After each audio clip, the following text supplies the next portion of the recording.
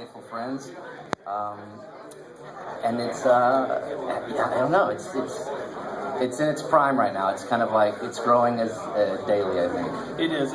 I do want to say this. Like, I'm a fanboy right now for Dust Bunnies, so I'm biased. I read it. I was reading it at the gym, and I did 2 cardio sessions, 180 pages done. I could not put it down. It's amazing. I need another book like that so I can lose some more weight. But yeah, it went from Kickstarter to book in my hand, and I was just like, this guy's from Ozark. Like, this guy's a hometown hero, man. So, Dust Bunny, cool character. Where'd he come from?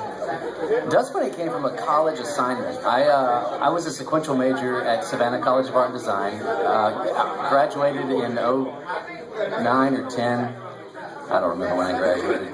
But there was a comic book scripting class there, and one of the assignments was to create a 5-page pitch, mock pitch for a publisher. Free reign. Art was actually optional. You just had to write the script. So I did this comic book called Dust Bunny. It was totally based on a pun. One of my favorite cartoons growing up was Danger Mouse. He was on the mind at the time, so I was like, let's do something in that vein. And then I did the assignment, and I forgot about the character for 6 years. Didn't touch him, didn't draw him again. He was just kind of a flippant idea, and then he faded out. And I was walking through the park one day at Forsyth Park in Savannah, and it was very much a whimsical, I just feel like doing a graphic novel. I mean, it was really that. There's not a cool story behind it. Like, that's just what it was. That's how sometimes those things happen. Yeah. So that's fine. So drawing, pictures, young age. When did you get into it? Like, how did that start? I was drawing at a young age. I think just like probably everybody in this room was coming up with characters or completely ripping off superheroes and giving them different colored outfits and things like that with crayons or whatever. I did all that. And the older I got, the more it just stuck with me. I remember one of my favorite memories as a child was creating my very first character that was mine. Because even at a young age, I knew that Garfield and Bugs Bunny and Optimus Prime, I couldn't do anything with those characters because they weren't mine. They didn't belong to me. And I don't know why I understood that, but I did. So I didn't really do a lot of tracing and fan art kind of stuff. I wanted to create something that was originally and wholly mine. And my first characters were a little bomb and a stick of dynamite, and they were called Bommy and Dee, and it was kind of a Tom and Jerry cat and mouse game that they played, but there was this feeling that I had when I created my first characters. I don't know, it's one of those emotions that doesn't really have a name. It just is what it is, and I still get it whenever I create the next, whatever Dust Bunny or whatever character I'm working on that I have heart and soul into.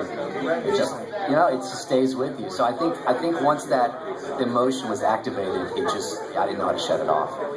All right, personal question. Yeah. I'm a fanboy. Like, this is me wanting to know more about him. This guy is the biggest cheerleader I love ever. Dust Bunny. And we didn't put a picture up there because I want you to go look at his book. So, okay, the harsh black and white noir feel. Was that on purpose? Like,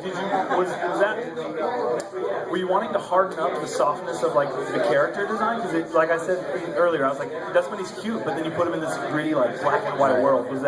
How did you come up with that idea? I don't know.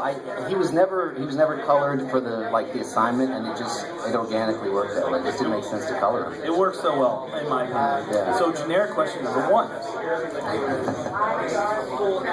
At what point did you realize you were going to pursue comics or artistry full time? Like, nothing else. You weren't going to work 9 to 5 during your spare time. When did you say, you know what, I'm going to college, I'm going to do this? What happened?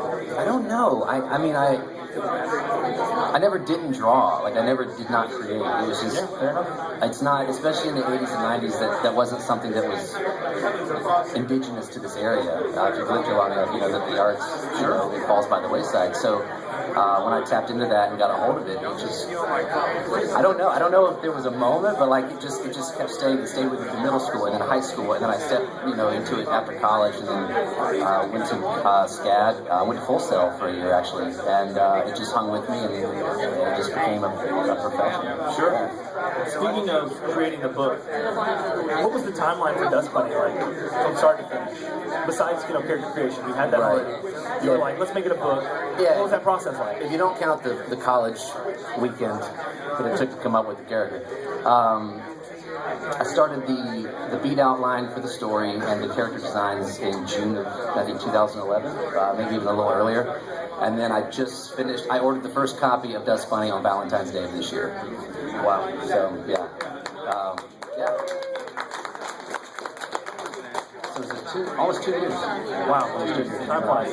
All right. Well, we'll come back to some questions, but let me see if we can get some reactions from you guys. Anybody here read Dust Bunny yet? Or we have fertile ground? Does anybody want to ask a question or make a comment to Brett about Dust Bunny? I mean, dude, this is our convention. He's from the, we're all local guys, so let's talk to him. Who wants to talk to Brett? Somebody come up here, make a comment, ask a question. Don't be shy. Don't feel pressured either. I'll keep asking my fanboy I'm not that questions. interesting. At what point did you have a pun list for the book? Like, I need 100 puns. They just started happening. They just started happening.